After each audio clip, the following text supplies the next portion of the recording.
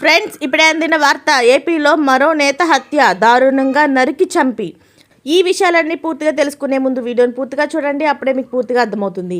అదేవిధంగా చాలామంది సబ్స్క్రైబ్ చేసుకోకుండా వీడియోని చూస్తున్నారు, దయచేసి సబ్స్క్రైబ్ చేసుకోండి. సబ్స్క్రైబ్ చేసుకోవడం వల్ల నేను చేసే ప్రతి వీడియో అప్డేట్ మీకు ముందుగానే నోటిఫికేషన్ రూపంలో వస్తుంది. అదేవిధంగా లైక్ చేయడం మర్చిపోతున్నారు, దయచేసి లైక్ చేయండి. లైక్ చేయడం వల్ల ఇటువంటి ఇంపార్టెంట్ ఇన్ఫర్మేషన్ చాలామందికి రీచ్ చేసిన వాళ్ళు అవుతాం. ఇక లేట్ చేయకుండా వీడియోలోకి వెళ్ళిపోదాం. ఏపీలో మరో వ్యక్తిని దారుణంగా నరికి చంపి హత్య చేశారు. ఈ సంఘటన శుక్రవారం రాత్రి చోటు చేసుకుంది. ఈ సంఘటన వివరాలు ఇలా ఉన్నాయి. ధర్మవరం మండలం కొత్తకోట సమీపంలో వెల్దుర్తి గ్రామానికి చెందిన చాకలి సూర్యనారాయణ అనే వ్యక్తిని దారుణంగా నరికి చంపి హత్య చేసింది గుర్తు తెలియని వ్యక్తులు.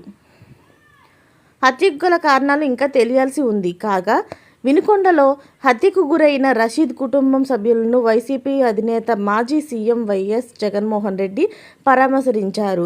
ఆ కుటుంబానికి ధైర్యం చెప్పిన ఆయన పార్టీ ఎల్లప్పుడూ అండగా ఉంటుందని భరోసా ఇచ్చారు.